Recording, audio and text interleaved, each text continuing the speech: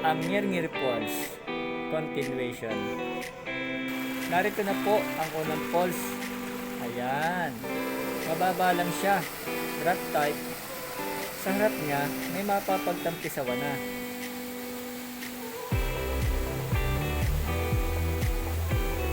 Ito po ang view sa taas niya.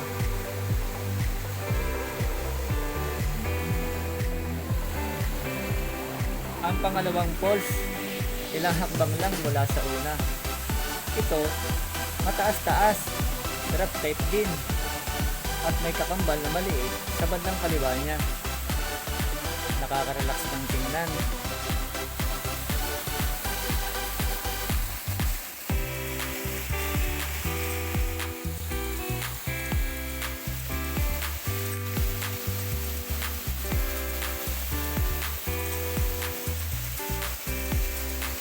Ito po ang view sa taas niya.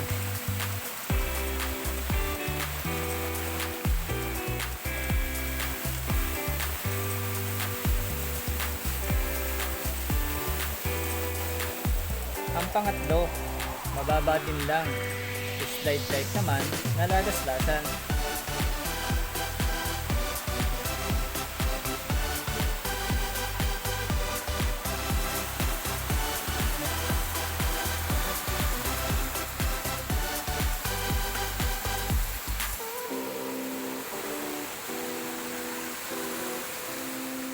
Ang pang-apat, may konting agwat mula sa Sinundan.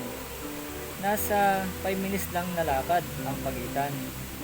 Wow! Gandang tingnan, no? Ang kakaiba dito, bukod sa nakatatlong baitang siya, meron pang extrang falls sa tabi niya. Ganda, no?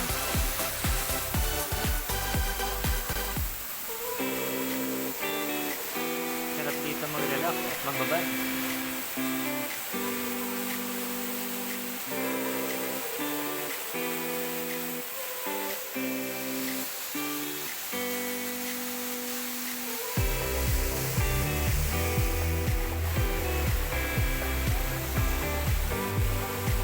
Ito po ang overlooking niya.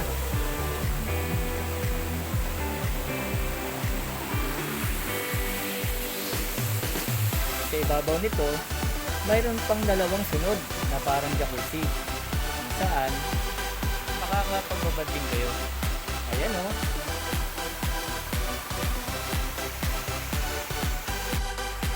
At nasa konting ilalim lang nito, itong panglima nating falls. Mini lang naman siya, slide type ang forma.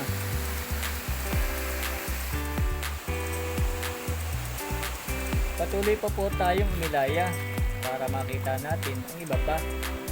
Pero tulad ng sinabi ko kanina, mag-ingat lang po kung actual kayong pupunta para iwas tulas at hindi madisgrasya. Mga nasa 15 minutes pa pong lakad bago makita at naabot ang pang-anim na falls. Ito na, slide type din siya. Mataas-taas siya kumpara sa Sinundan. Nakakalibang lang pagmasdan, di po ba? Mahirap lang palagay ko kung dito ay maliligo kayo. Sure, kailangan magsalulo o kaya magtatabo kayo. Joke lang. Ang view sa itaas niya.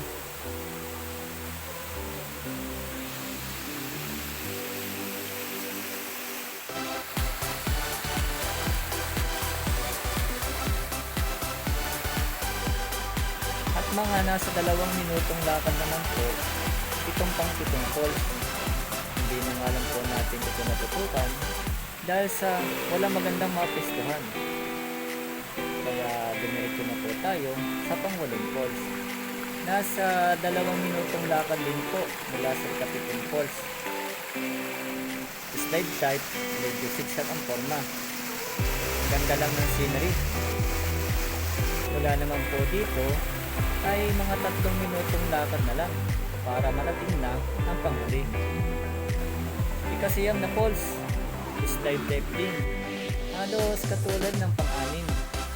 Sa patikong ito, halos nasa patuktok na tayo ng bundok. At ang pinakaibabaw daw po nito ay ang lugar na kung tawagin ay Pantayin.